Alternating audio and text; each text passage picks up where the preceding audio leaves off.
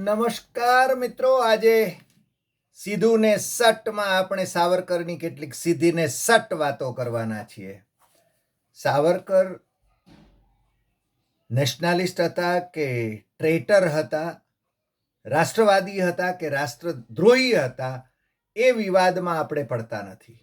કારણ કે આઝાદીના સંગ્રામમાં એમણે જરૂર પોતાનું યોગદાન કર્યું છે, એટલે એમને ટ્રેટર કહેવા એ જોખમી બાબત છે. રાષ્ટ્રને કાજે એમણે ઘણું બધું સમર્પણ કર્યું છે. આમ તો એમની લડવાની જે પદ્ધતિ હતી એ ગાંધીજી કરતાં જુદી હતી. એ ક્રાંતિકારી હતા.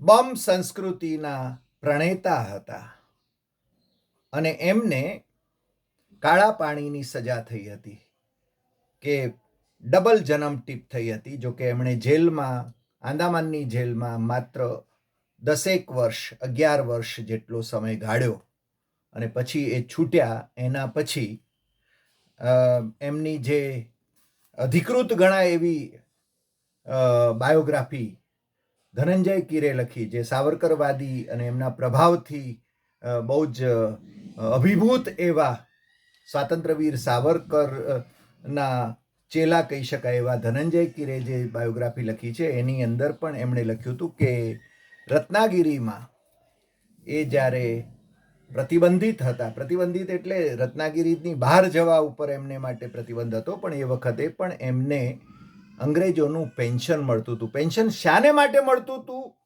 એનો ઉલ્લેખ નથી, પણ એક વાક્યમાં એ જરૂર એ લખે છે.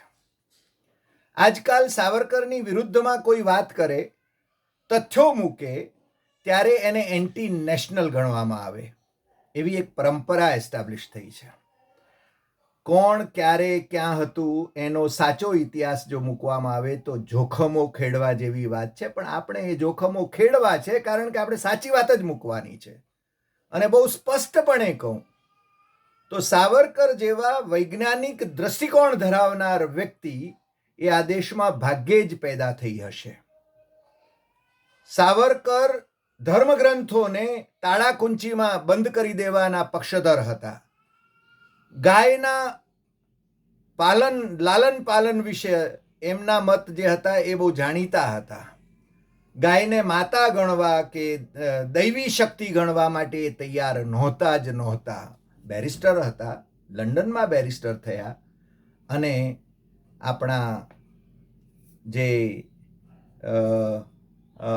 શ્યામજી કૃષ્ણ વર્મા અને રાણા સાહેબને એ બધા જે લોકો ક્રાંતિકારીઓ ત્યાં હતા, એ એમના થકી લોકમાન્ય તિલકની ચિઠ્ઠી લઈને, એમનો રેફરન્સ લઈને એ લંડન ભણવા ગયા હતા.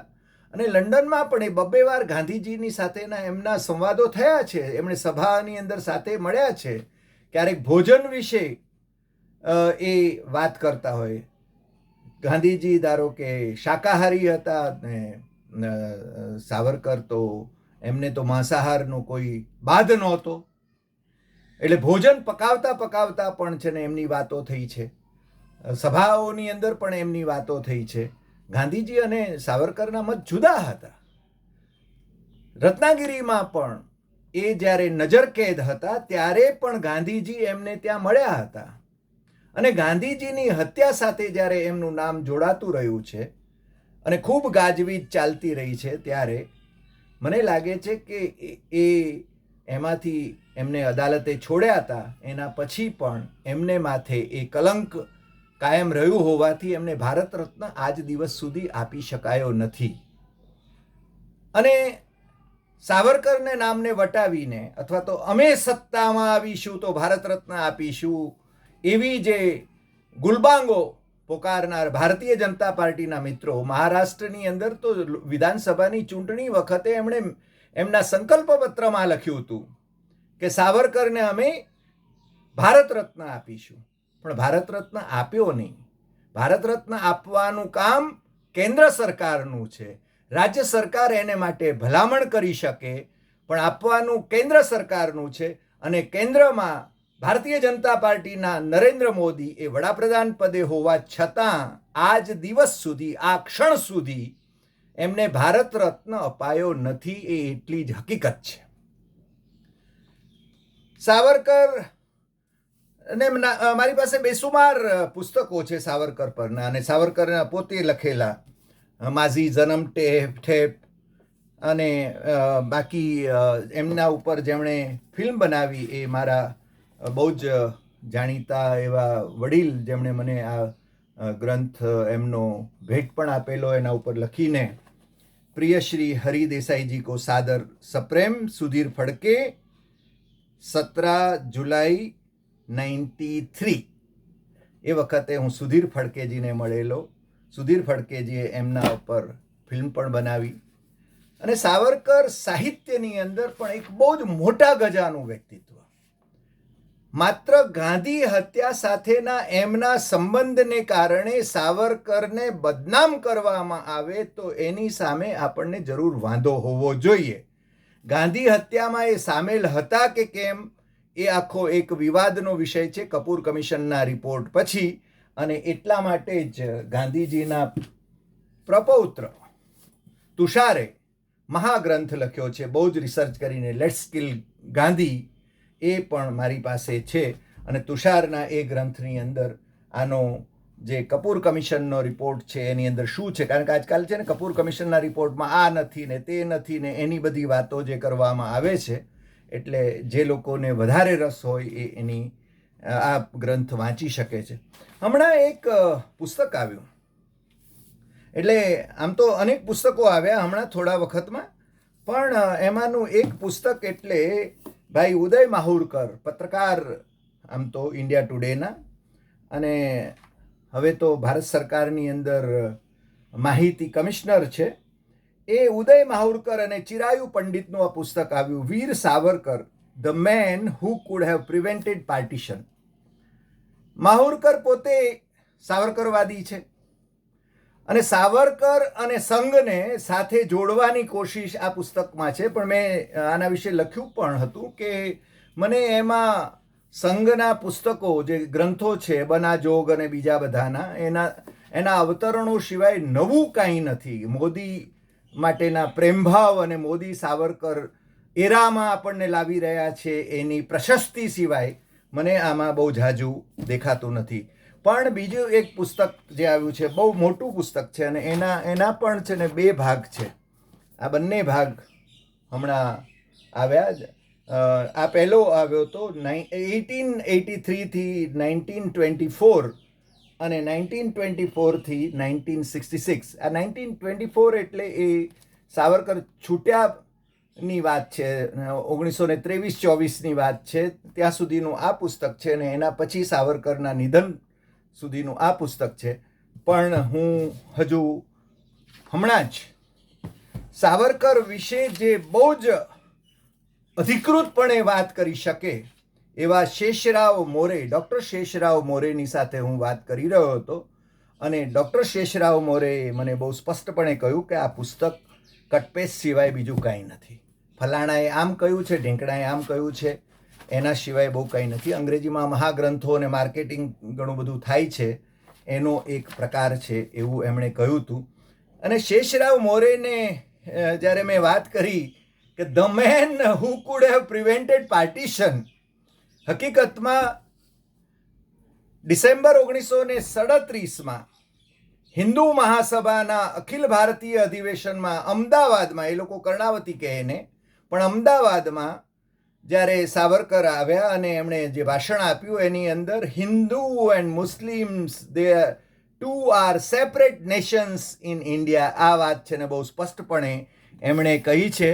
અને એમના જે સાવરકર સમગ્ર જે છે, ગોપાલ ગોડસેના દીકરી અને સાવરકર પરિવારમાં પરણેલા એવા જે આર્કિટેક્ટ હતા એ હિમાની સાવરકર, એમણે આ સાવરકર સમગ્ર એના 10 ગ્રંથોનું જે એનું સંપાદન કરાવવા માટેની મોકળાશ કરી આપી છે. આમ તો સાવરકર ઉપર સંઘની કબજેદારી છે એમ કહું તો ચાલે.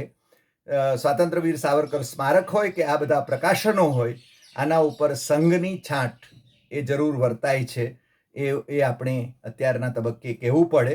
પણ આની અંદર આ 9મા ગ્રંથની અંદર એ 1937નું જે વ્યાખ્યાન છે એ શબ્દશઃ અંકિત છે. હું સાવરકરને એક સાહિત્યકાર તરીકે, સાવરકરને એક વિચારક તરીકે, સાયન્ટિફિક ટેમ્પરામેન્ટ ધરાવનાર વ્યક્તિ તરીકે હું એમને લાખ લાખ સલામ કરું. બાકી એમના રાજકારણની જે વાત છે એની સાથે આપણે સંમત થઈએ કે ન થઈએ, કારણ કે મુસ્લિમો પ્રત્યેનો એમનો દ્વેષ, બૌદ્ધો પ્રત્યેનો એમનો દ્વેષ, આંબેડકર પ્રત્યેનો એમનો દ્વેષ એ છે ને આ પુસ્તકોમાં એમના લખાણો વાંચવામાં આવે તો જ સમજાય છે. પણ આ જે ભાઈએ લખ્યું માહુરકરે, જેનું ટાઇટલ આપ્યું છે ને અત્યારે ખૂબ ચાલશે, કારણ કે સત્તાધીશો એને પ્રમોટ કરતા હોય ત્યારે ખૂબ ચાલે આવા પુસ્તકો. પણ એના વિશે શેષરાવ મોરેએ બહુ સરસ વાત લખી છે. મહારાષ્ટ્રની એક ઉજ્જવળ પરંપરા છે. મહારાષ્ટ્રમાં કોઈ લેખક પોતે પુસ્તક લખે અને ખાસ કરીને ઇતિહાસના ઘટનાક્રમ વિશે લખ્યું હોય ત્યારે એનાથી ભિન્ન મતના જે વિચારકો હોય અથવા એમના સમર્થકો હોય એ બધાનો એ પુસ્તક વિશે મત માગવામાં આવે અને એ મત લઈને એમાં ઉઠાવવામાં આવેલા પ્રશ્નો, એનો ઉત્તર એ મૂળ લેખક એ પોતે આપે. અને શેષરાવ મોરેનો એક બીજો પણ પરિચય તમને આપી દઉં. શેષરાવ મોરે એટલે આમ તો ખેડૂત પરિવારમાંથી આવ્યા, ખેતી કરતા કરતા ભણ્યા અને મહાવિદ્વાન માણસ. સાવરકરનું સાહિત્ય તો એ છે ને કોલેજમાં ગયા ત્યાં સુધીમાં એમણે સંપૂર્ણપણે એનો અભ્યાસ કરી લીધેલો અને એના વિચારોથી એ પ્રભાવિત રહ્યા. આંદામાનમાં થોડા વખત પહેલા જ્યારે વિશ્વ મરાઠી સાહિત્ય સંમેલન મળ્યું ત્યારે એના અધ્યક્ષ સ્થાને શેષરાવ મોરે હતા. આ શેષરાવ મોરેના જે પુસ્તકનો મેં ઉલ્લેખ કર્યો એ કાંગ્રેસને આણી ગાંધીજીની અખંડ ભારત કા નાકારલા, આ જે વાત છે, આ જે ગ્રંથ છે એમનો, એના પર અલગ અલગ વિચારકો એ લોકોએ જે ટિપ્પણો કરી. આ રાજહંસ પ્રકાશન પુણે પ્રકાશિત કરેલું છે અને એમાં જે એનું સંપાદન પાછું એ બધાના વિચારોનું સંપાદન અને પછી શેષરાવ મોરે જે જવાબ આપ્યા છે એની અંદર શ્રી મા ભાવે એનું સંપાદન કર્યું છે. આનંદ હરડીકર, ફકરુદ્દીન બેનૂર, અલીમ વકીલ, અબ્દુલ કાદર મુકાદમ, ડૉક્ટર કે રમ શિરવાડકર, વિશ્વાસ દાંડેકર, ડૉક્ટર સદાનંદ મોરે એ પણ બહુ જ મોટા ગજાના ઇતિહાસવિદ અને હું એમના પુસ્તકોનો ઘણીવાર ઉલ્લેખ કરું છું. અધિકૃતપણે જે પુસ્તકો આપણને મળે છે, લોકમાન્ય તે મહાત્મા, સદાનંદ મોરેએ જે પુસ્તકો લખ્યા છે, 2 ભાગમાં લખ્યા છે ને અંગ્રેજીમાં પણ, લોકમાન્ય ટુ મહાત્મા એ સકાળ પ્રકાશને પ્રકાશિત કરે છે. એ જે લોકોને ઇતિહાસ સાચા અર્થમાં જાણવો છે એ લોકોએ આ પુસ્તકો જરૂર વાંચવા જોઈએ. રમેશ પતંગે આરએસએસના વિચારક છે. દિલીપ કરંબેકર મારા મિત્ર, એ પણ આરએસએસના છે, ભાજપ સાથે સંકળાયેલા છે.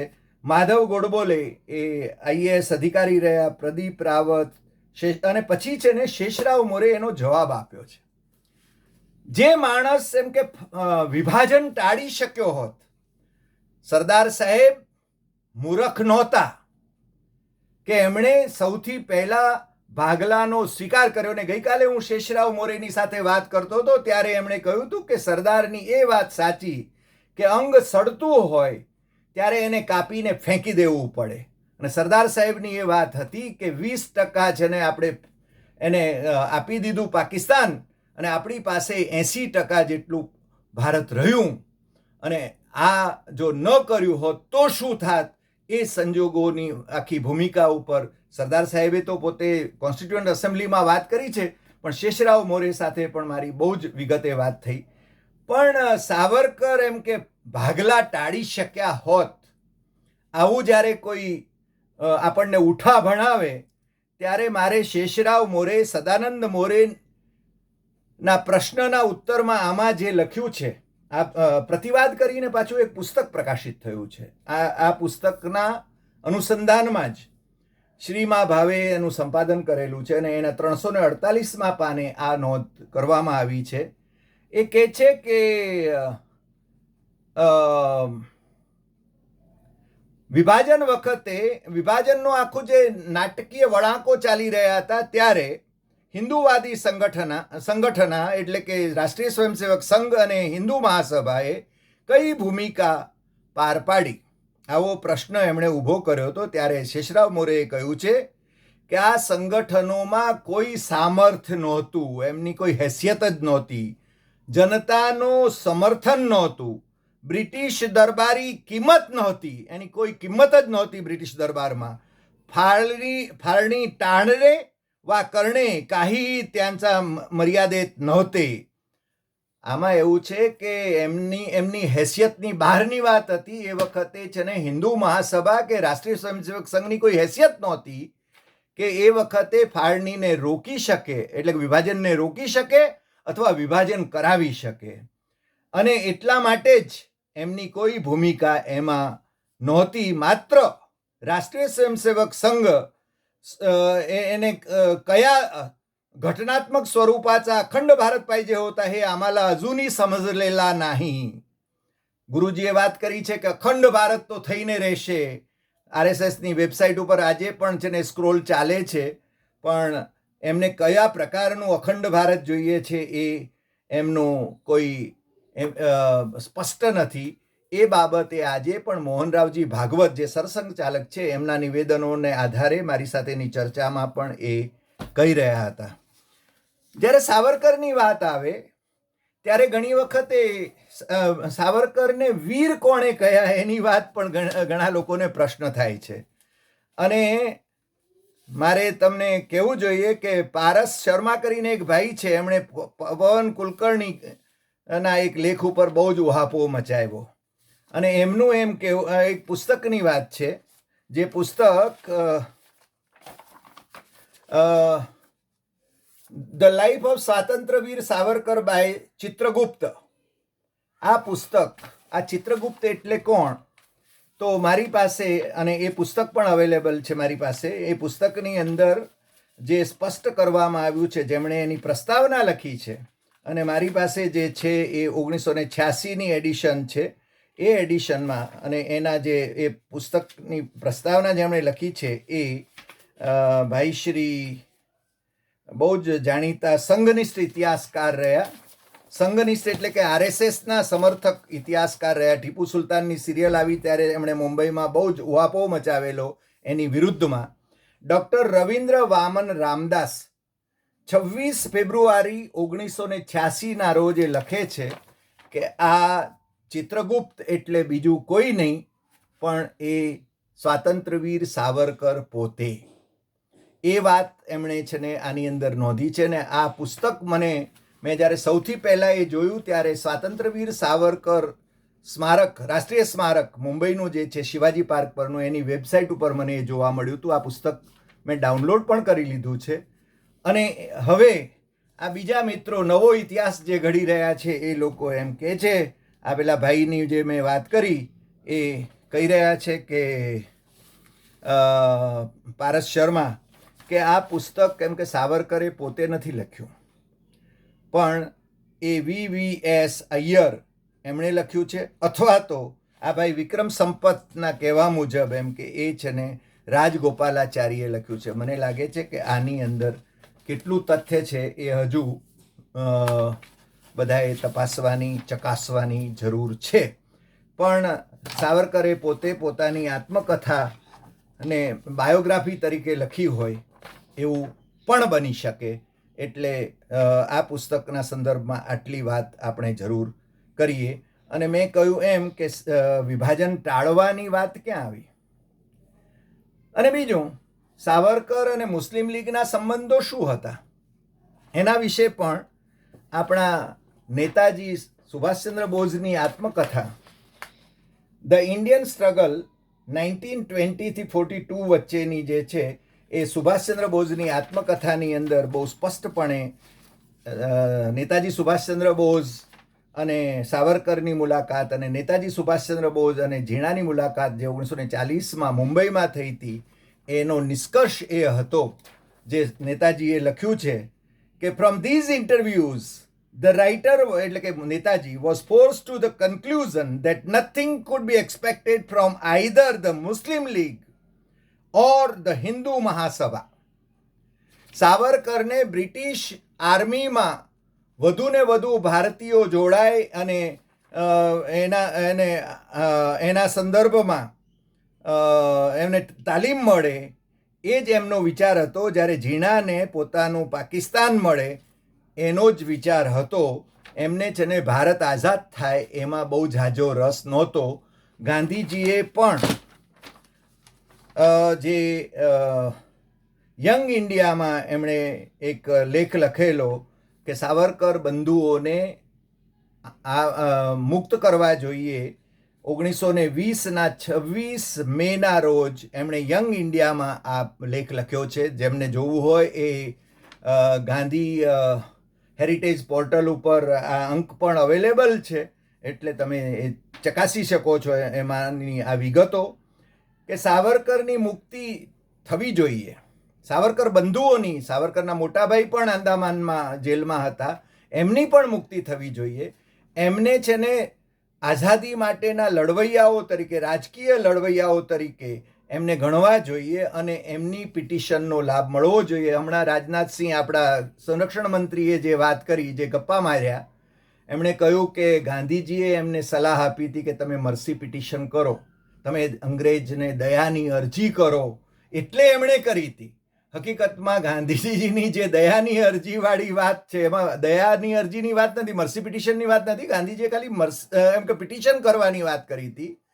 અને સાવરકરે તો છેક 1911માં ફર્સ્ટ પિટિશન ફોર ક્લેમન્સી એ 30 August 1911, second petition 29 October 1912, third petition November 1913, fourth petition September 1914. એમના પછી એમના વાઈફ અને ભાભીએ કરેલી 5મી 1915માં, અને 1915માં બીજી પણ, અને છઠ્ઠી 1917માં, 7મી 30 માર્ચ 1920ના રોજ. આ રીતે છે ને એમની પિટિશનો થઈ છે. Vaibhav Purandare, Savarkar, the true story of the father of Hindutva, એમણે આ બધી તારીખો સાથેની એની વિગતો આપી છે. એટલે એમની મર્સી પિટિશન કરવાની અથવા તો અંગ્રેજોને વિનવણી કરવાની વાત એ મને લાગે છે કે ગાંધીજીને નામે ચડાવવામાં આવે તો એ પણ યોગ્ય નથી. વિક્રમ સંપતે કહ્યું છે કે એની અંદર બધી જ પિટિશનો એમણે છાપી છે પહેલા ભાગની અંદર.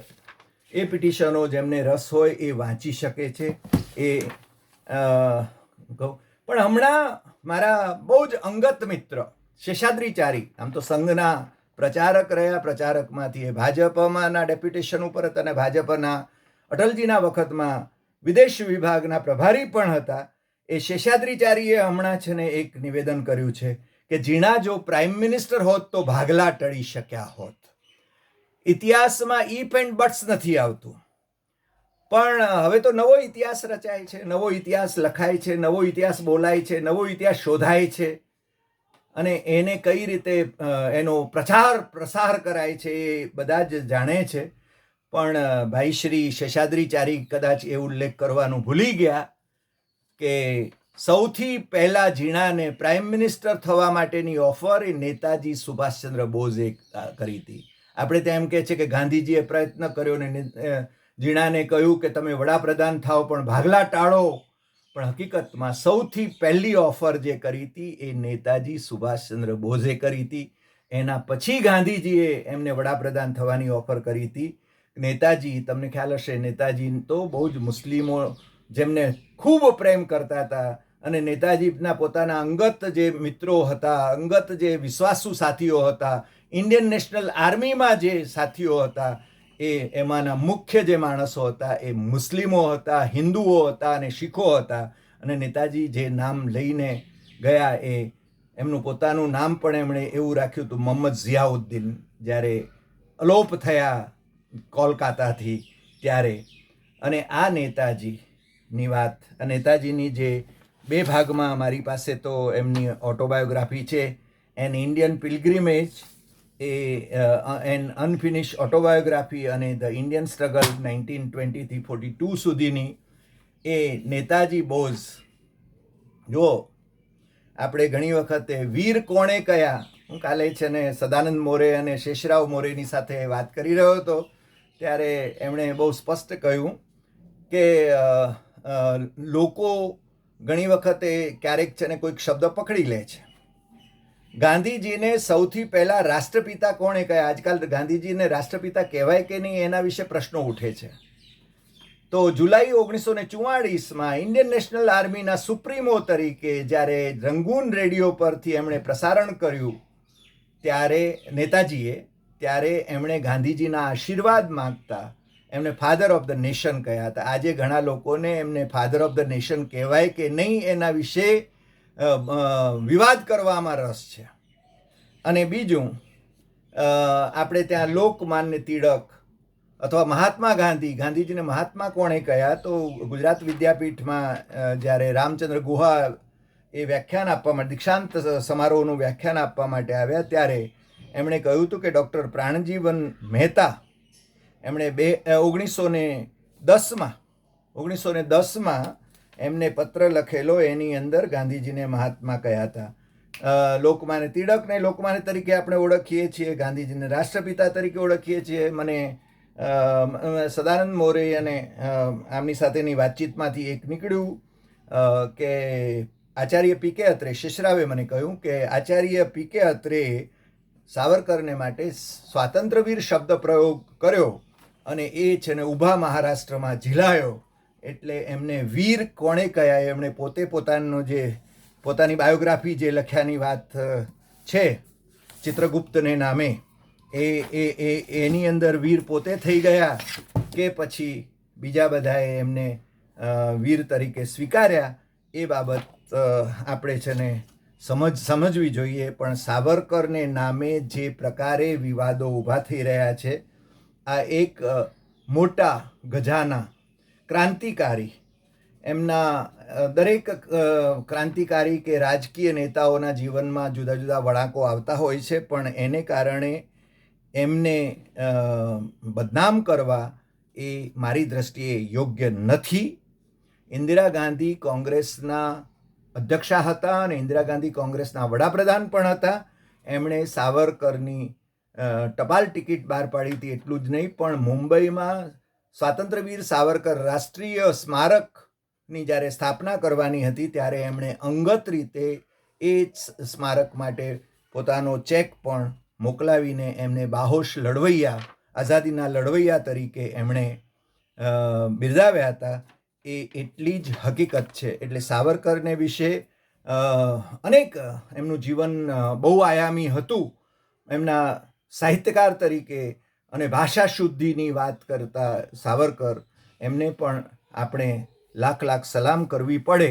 એને કોઈ નકારી શકે નહીં. જેમ સાહિત્ય પર ગાંધીજીનો યુગ પથરાયો એ રીતે મરાઠી સાહિત્યમાં પણ સાવરકરનો યુગ પથરાયો. અને જે લોકો આ સાવરકર સમગ્ર ના 10 ગ્રંથો વાંચે, એમને સાવરકરનું વ્યક્તિત્વ કેવું હતું એ ઘણી વખતે છે ને પેલો હાથી ને પ્રજ્ઞાચક્ષુ જેમ હાથીને જુએ અને એનું પૂંછડું પકડે તો કહેશે હાથી કેવો? તો પૂંછડા જેવો. હાથી કેવો? તો સૂંઢ જેવો. હાથી કેવો? તો પગ જેવો.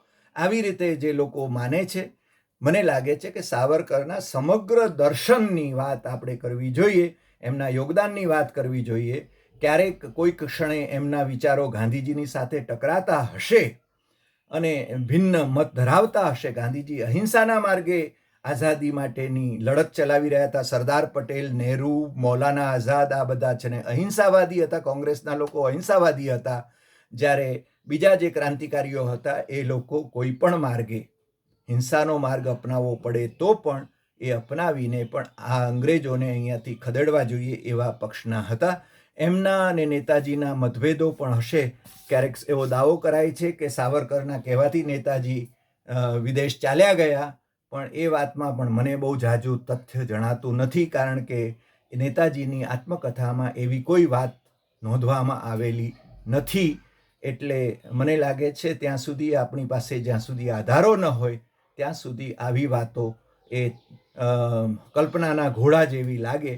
આજે આટલી જ વાત. ફરીને મળીશું નવા વિષય સાથે અને આપને તથ્યોથી અમે રૂબરૂ કરાવીશું. આપ જો અમારી YouTube channel doctor Hari Desai subscribe ન કરી હોય તો એ તત્કાળ સબસ્ક્રાઈબ કરજો, શેર કરજો અને બાજુમાં પેલું બેલનું બટન છે એ દબાવવાનું ચૂકતા નહીં, જેથી તમને અમારા નવા વિડીયોની સૂચના તાત્કાલિક મળે. નમસ્કાર.